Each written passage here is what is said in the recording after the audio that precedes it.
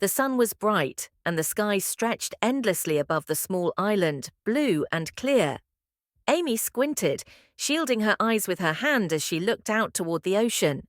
The salty sea breeze played with her hair, and in the distance, the towering shape of the island's volcano loomed against the sky. It was beautiful, but also a little intimidating. Amy and her friends, Jack, Lisa, and Sam, had planned this trip for months. The island was known for its scenic beaches and exotic landscapes, especially its impressive volcano. The locals assured them it was safe, but Amy couldn't shake a strange feeling of unease. "Are you sure the volcano is, totally safe?" she asked, glancing at Jack, who was setting up his camera. Jack laughed, waving her worries away. "Come on, Amy. If there was any danger, they wouldn't let tourists here. Look at that view. This place is paradise." Lisa nodded, already pulling out her phone to take pictures. "Imagine how many likes these photos will get," she said, striking a pose by the shoreline. The white sand sparkled under the sun, and gentle waves lapped at their feet. It was indeed a picture-perfect spot. Amy smiled, trying to relax. "You're probably right," she admitted, though her eyes drifted back to the volcano, standing silent and still. After a while, the friends headed to the beach to swim. They laughed and splashed in the cool water, racing each other to the nearest rocks. Sam even dared to dive from a small cliff, landing with a splash as everyone cheered. Later, they all stretched out on the warm sand, drying off in the sun. "So, what's the plan for tomorrow?" Lisa asked, rolling over to look at the others. "I heard there's a hiking trail that goes near the volcano. We should totally try it." "Definitely," said Jack, looking excited. "I want to get some shots of the volcano up close." Amy bit her lip. She didn't want to be the only one with concerns, but something about the idea of hiking near a volcano still felt unsettling. "Are we sure it's okay to get that close?" she asked quietly. "Oh, come on, Amy," Sam said with a grin. "You're overthinking it. We'll be careful. Besides, we'll get some amazing photos." Amy nodded, feeling her friend's excitement rub off on her. Maybe she was just being too cautious. The island was stunning, and they had come here to make memories. What could possibly go wrong on such a beautiful day? The friends spent the rest of the afternoon exploring the shoreline, collecting seashells, and laughing as they watched the sunset. As night fell, the island grew quiet, the volcano's shadow stretching over the trees and beach. Amy shivered a little, feeling a strange chill despite the warm evening air. "Tomorrow will be amazing," Jack promised, noticing her expression. "Don't worry about a thing, Amy." "This place is like a dream." Amy forced herself to smile. The island was peaceful now, and the volcano stood silent and calm. She took a deep breath, letting herself believe that their adventure would be nothing but fun and excitement. Unbeknownst to them, however, something was stirring deep within the heart of the mountain. The volcano, resting silently now, would soon bring their dream holiday to a shocking and terrifying end. The next morning, the group set off on the hiking trail toward the volcano, backpacks loaded with water, snacks, and cameras. The path was narrow and surrounded by dense jungle, with vibrant green leaves stretching high above them, casting shadows on the ground. Sunlight filtered through the trees, and everything felt alive and fresh. Amy walked slowly, letting her fingers brush against the plants as she took in the smells of the forest. She was starting to feel more relaxed, enjoying the sounds of the birds and the rustling leaves. "It's so peaceful here," she thought, though her eyes kept drifting to the volcano, which seemed closer and more massive with every step. As they climbed higher, the air began to feel warmer, and Amy noticed a faint, strange smell, a bit like rotten eggs. She wrinkled her nose, wondering if the others had noticed it too. Before she could ask, the ground beneath her feet gave a tiny tremble. It was slight, almost as if someone had dropped something heavy nearby, but it made her stop in her tracks. "Did anyone else feel that?" Amy asked, her voice barely above a whisper. Lisa looked over her shoulder, raising an eyebrow. "Feel what?" The ground, it moved, just a little, Amy said, glancing around. She noticed that a few birds had suddenly taken flight, their wings flapping wildly as they disappeared into the sky. The jungle felt different, almost tense, like it was holding its breath. Jack shrugged, adjusting his camera. It's probably nothing, Amy. This is an island, remember? Little earthquakes happen all the time. It's normal. Amy wasn't so sure, but she nodded, trying to shake off her unease. Maybe Jack was right. Maybe she was just being paranoid. But the air still smelled strange, and the warmth seemed to press down on them more heavily as they continued up the path. They walked in silence for a while, listening to their footsteps crunching on the dirt trail. Amy couldn't help but notice that the birds, usually chirping happily around them, were now quiet. She took a deep breath, trying to ignore the pit growing in her stomach. Then it happened again, a faint vibration, like a gentle rumble rolling beneath their feet. This time, everyone stopped, looking around in surprise. "Did you feel that one?" Amy asked, her voice tense. "Yeah, I felt it," Sam admitted, glancing down at the ground, but he quickly shrugged it off with a smile. "It's probably just a small tremor, right? Nothing to worry about." Jack nodded in agreement. "Exactly. We're on a volcanic island, guys. Little quakes are no big deal. Let's keep going. We're so close to getting an amazing view of the crater." But Amy couldn't shake the feeling that something was wrong.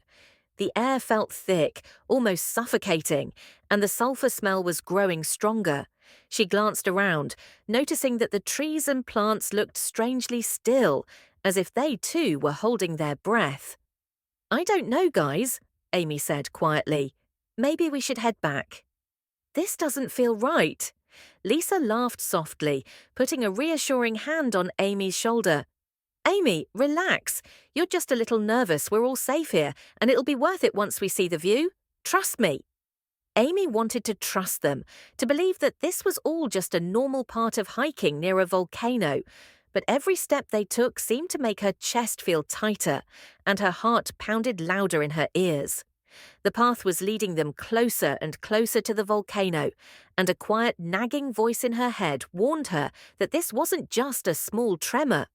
Still, she followed her friends, hoping she was just imagining things. But as they climbed higher, the vibrations grew more frequent, and the air filled with an uneasy silence. The once bright, joyful atmosphere of their holiday had shifted, replaced by something darker and more foreboding. Amy swallowed, glancing nervously up at the volcano's towering peak. It seemed to loom over them now, massive and powerful, as if watching their every move. She wanted to turn back, but her friends were moving forward, their laughter and excitement carrying them closer to something they didn't fully understand. And Amy couldn't shake the feeling that something was about to go terribly wrong. As they neared the top of the trail, the air became hotter, and the sulfur smell was now unmistakable. Amy's heart raced as she scanned the volcano's slope, looking for any signs of movement. Just as she opened her mouth to suggest turning back, a deafening roar split the air. The ground beneath them shook violently, throwing them off balance. Amy stumbled, grabbing a tree for support, her eyes wide with fear. A cloud of dark smoke erupted from the volcano's peak, twisting into the sky like a dark, menacing serpent. Rocks and ash shot upward, scattering across the mountainside, and a thick wave of grey smoke rolled over them. "Run!" Jack shouted, his voice barely audible over the rumbling. Panic surged through Amy's chest as she and her friends scrambled back down the path, but the trail was already disappearing beneath falling ash and dust. Choking on the acrid air, Amy felt her vision blur, her throat burning. The once beautiful landscape was turning into a nightmare. Lava, glowing bright orange, began to spill from the crater, creeping down the slope with terrifying speed. The heat was unbearable, and Amy could feel it pressing against her skin even from a distance. Desperately, she looked around, hoping to find a clear path, but thick smoke was filling the air, making it nearly impossible to see. "This way!" Sam yelled, pulling Amy's arm, But the path was almost completely blocked by fallen rocks and branches. They were surrounded by smoke and ash, with no clear escape route in sight. Amy's mind raced. Where could they go? How could they get out of this alive? Jack and Lisa were a few steps ahead, their faces covered in ash as they tried to push through the suffocating cloud. Jack turned, shouting, "Let's split up. We'll cover more ground. Lisa and I will go left. Amy, you and Sam, go right. We'll meet at the beach." Amy's heart sank, but she nodded, knowing they had no other choice. "Be careful," she shouted, barely able to hear her own voice over the roar of the eruption. She and Sam turned right, stumbling over rocks as they navigated through the thick haze. The smoke stung her eyes, and her lungs ached with every breath. They moved as quickly as they could, crouching low to avoid the worst of the ash, but it was everywhere, coating their clothes, their skin, filling their lungs. "Stay close, Amy," Sam called, his voice muffled. They could hardly see each other in the thick cloud, but Amy clung to Sam's arm, feeling his presence as a small comfort in the chaos. Fear gripped her heart as the sound of lava bubbling and rocks cracking grew louder around them. She knew that every second counted. The volcano was unforgiving, and they were running out of time. Ahead, she spotted a small opening between two rocks, a narrow passage leading down the slope. "This way," she shouted, tugging Sam toward it. But just as they reached the opening, another wave of ash and smoke rolled down, blinding them. Amy gasped, feeling the weight of the ash settle on her shoulders. Despair clawed at her. They were trapped in a maze of smoke and lava, with no idea if Jack and Lisa were safe or if there was even a way out. But one thought kept her moving, even as the heat closed in around them. They had to survive. Somehow, they had to escape this fiery nightmare. Amy and Sam stumbled forward, barely able to see through the dense clouds of ash swirling around them. Every breath was a struggle, and the air was thick with heat and smoke. The volcano's roar echoed all around, a constant reminder that time was running out. They tried to follow what they thought was the path, but every direction looked the same. Ash-covered rocks, burning trees, and the endless grey of smoke. "Do you know where we are?" Amy asked, her voice hoarse. Sam shook his head, wiping ash from his face. "Not really. Everything looks different with all this smoke." Just when Amy was beginning to feel truly lost, she spotted something shimmering on the ground ahead. "Look," she said, pointing. "It's water." A small, clear stream cut through the ash and rocks, winding its way down the slope. Amy's heart leapt with hope. "If we follow the stream, it should lead us down the mountain, maybe even all the way to the beach." Sam nodded, relief evident in his eyes. "Good idea. It's something to guide us." He took her hand, and together they began to follow the stream, stumbling over rocks but grateful for a direction. Meanwhile, Jack and Lisa were also struggling. They moved through the dense ash, shielding their faces as best as they could. Every now and then, Jack called out, "Amy! Sam!" But his voice was lost in the roar of the eruption, swallowed by the smoke-filled air. "Are we going the right way?" Lisa asked, fear in her voice. "I think so," Jack replied, trying to sound confident. But he too was unsure. The ash was falling thicker now, and sharp rocks littered the ground. Each step felt like a risk, and their lungs burned with every breath. Back near the stream, Amy and Sam were moving as quickly as they could. The air was slightly cooler by the water, and they could hear the soft trickle of the stream, a comforting sound in the midst of chaos.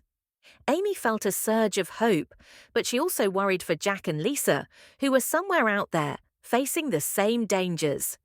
"We should leave some kind of sign," Amy said suddenly, stopping by a large rock near the stream. "If Jack and Lisa find this stream, they'll know we were here." Sam nodded. He picked up a stick and scratched an arrow in the ash, pointing down the path of the stream. "Hopefully they'll see it," he said, giving her a reassuring look. They continued down the stream, moving as fast as they could while calling out for their friends. Jack! Lisa! Amy's voice echoed into the smoke-filled air, but there was no answer. Jack and Lisa, meanwhile, heard faint voices in the distance but couldn't tell where they were coming from. "Did you hear that?" Lisa asked, hope flickering in her eyes. Jack nodded. "It has to be them. Let's keep going." They pushed forward, carefully picking their way over fallen branches and rocks. Every now and then they called out, their voices shaky but determined.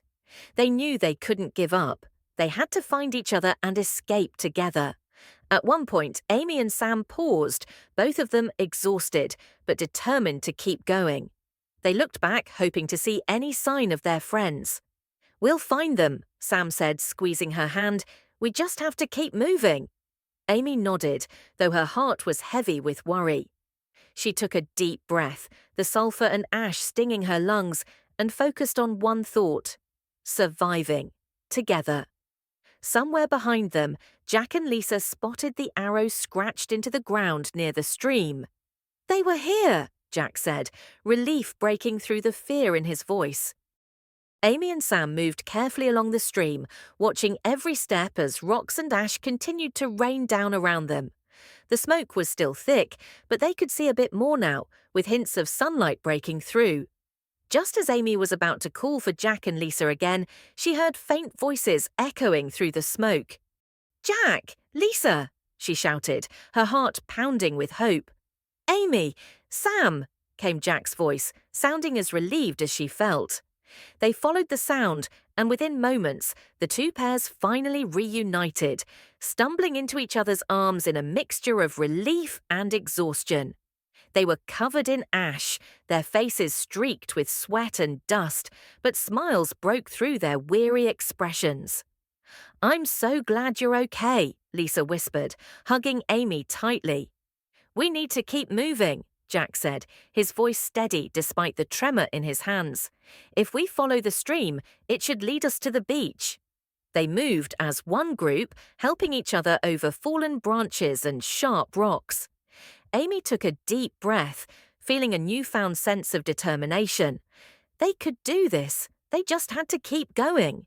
The stream led them through a narrow, winding path down the slope, and bit by bit, the air became clearer and cooler. After what felt like hours, the trees began to thin, and they heard the familiar sound of waves crashing. The sight of the ocean filled them with relief. They pushed forward, finally emerging onto the sandy shoreline, where the salty air replaced the acrid smell of ash. They collapsed onto the sand, breathing deeply, the nightmare of the volcano now behind them. Within minutes, a rescue boat appeared, its bright lights cutting through the mist. The rescuers waved to them, motioning them to come aboard. Amy felt a wave of gratitude so intense that it brought tears to her eyes. She turned to her friends, who were equally exhausted but smiling. As they climbed onto the boat, they held each other close, realizing how much they'd been through together. They were safe. The terror and panic slowly faded, replaced by a deep, calming sense of peace. On the journey home, they stayed close, reflecting on the ordeal. They'd escaped with their lives, and the experience had taught them the true strength of their friendship. They had faced fear, loss, and danger together, and now they would return home with a new appreciation for life and for each other. From that day on, they cherished every moment together, never forgetting the lesson that life, fragile and precious, was a gift worth treasuring.